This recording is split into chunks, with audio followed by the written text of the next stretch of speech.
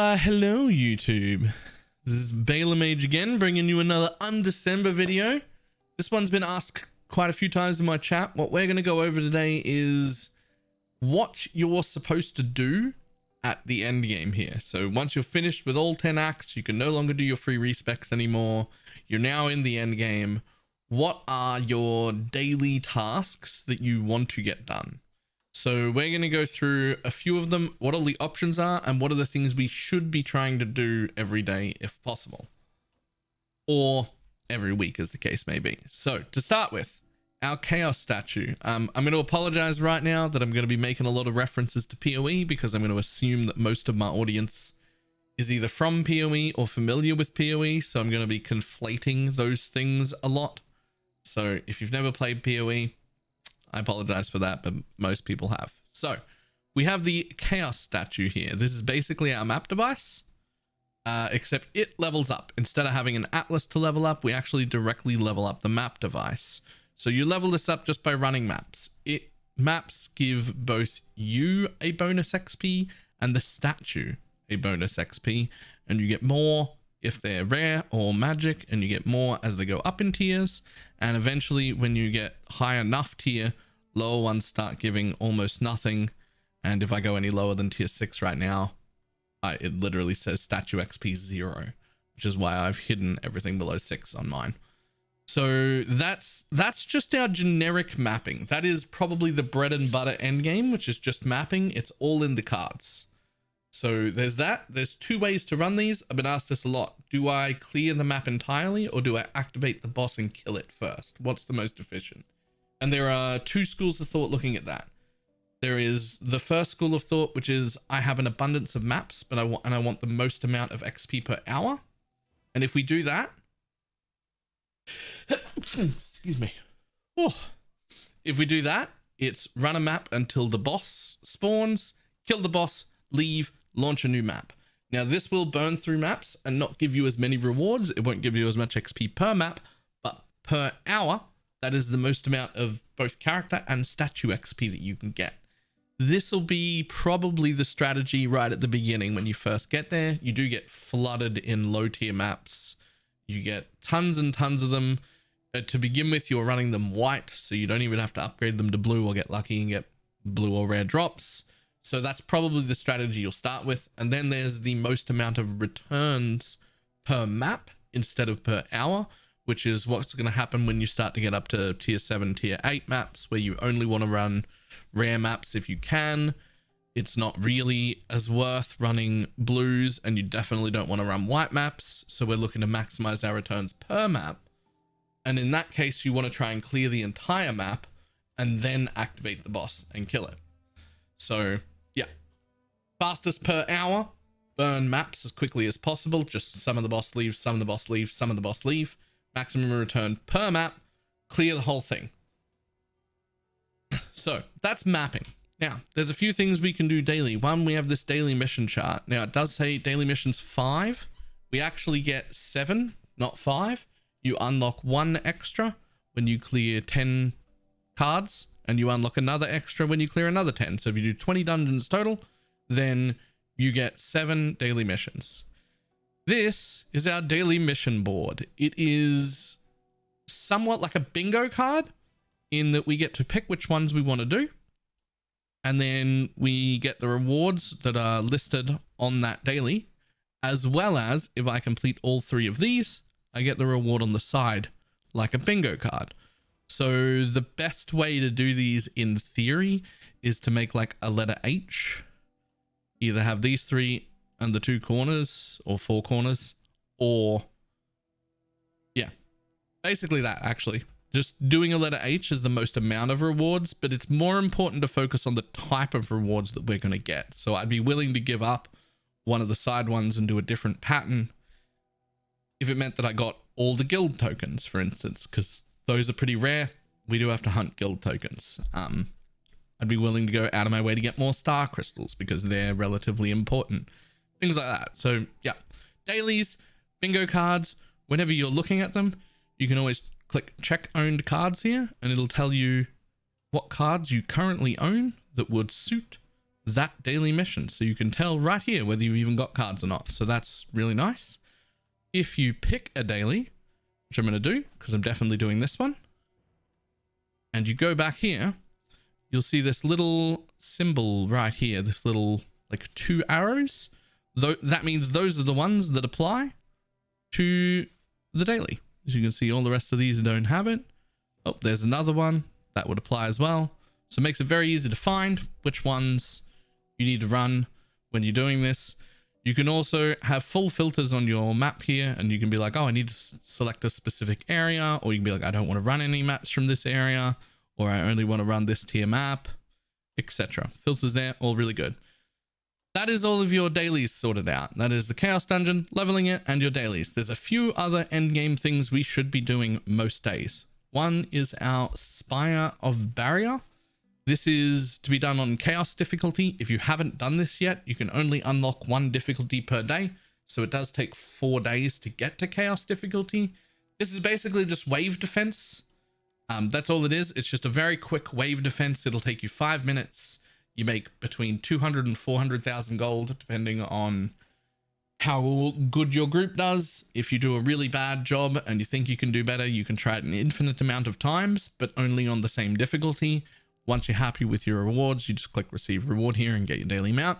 That's great.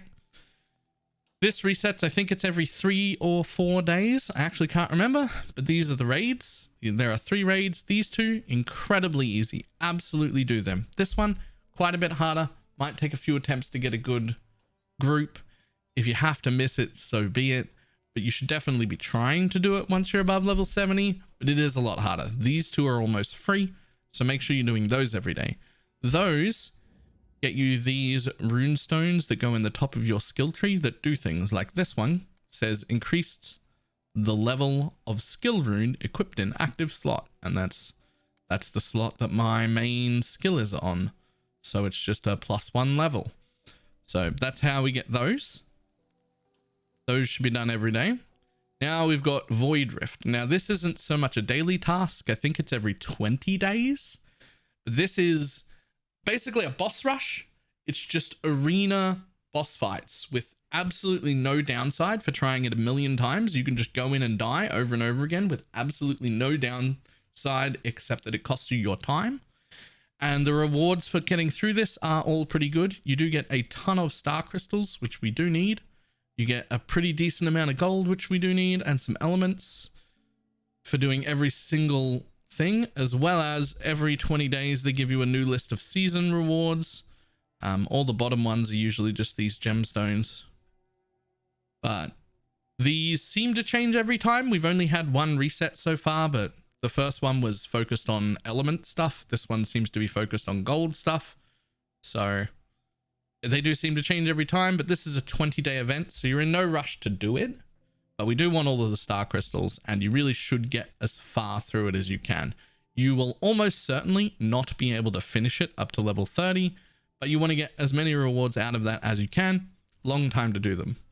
Right. Few other things we need to do per day. The first thing is our guild. You should be part of a guild for your own personal progression. Donating to a guild is also for your own personal progression. This is not like you are donating to the guild and you do give the guild XP, which helps them level up and have more members and whatnot, but that's not why we're doing it. So what we want to do is max out our gold anytime we can afford it, and as many guild tokens as we can possibly get our grubby little hands on, we want to donate those as well. The important part is that this gives you these guild coins, and if we go visit the guild base, there is an NPC up here who sells things for guild coins. Now, every day you can get an unstable skill rune, an unstable link rune, and the higher grade you become, now you upgrade your grade by donating, so donate the maximum amount, you'll be able to buy even more unstable skill runes every single day, as well as some weekly rare ones. So we do want to be working on this currency to try and make sure we get all of our skill runes. These are synth fodder, so you can just bring these to the synthesis, to the alchemy table, synthesize them, and get magic and rare skills. If you have extra coins, more than what you need to buy your available weekly and daily items, you can also burn them in this chest, which is basically just a gamba chest. It can be nearly anything, but it is a gamble. It doesn't guarantee you anything. It could give you white stuff that you don't want. So we spend that last, we buy the stuff that's guaranteed, and then when we've got leftovers, we can spend them on the gamble. And two more things that we need to know to do on a daily or at least regular occurrence. One is your little guy. He's a relic. I just call him your little guy. You can only grow your relic a certain amount each day. Now, you will have an abundance of the light of life currency that you need to level this just by playing, but you can only spend so much per day. So he's basically time gated of how quickly he can level. So we do want to make sure that we put in the full relic growth every day. Do be aware when it comes to picking your relic dude, it is relatively cheap to change relics anytime you want. It's not something it's expensive enough that you wouldn't want to go changing it 4 or 5 times every single day, but it's cheap enough that if you just want to change it once from one to another, not a big deal. Important thing is that relic growth doesn't actually level the relic. It gives you divinity points, which are the points you would need to level up a relic, which you then use by hitting level up. But if you reset the avatar to change it, so we reset avatar, get rid of our relic, pick a new one, it refunds all the divinity points we have. And so when we summon a new one, we just level it all the way up to whatever level we were before. So it's not a huge deal to change them, but you do want to make sure you're getting the growth in every day.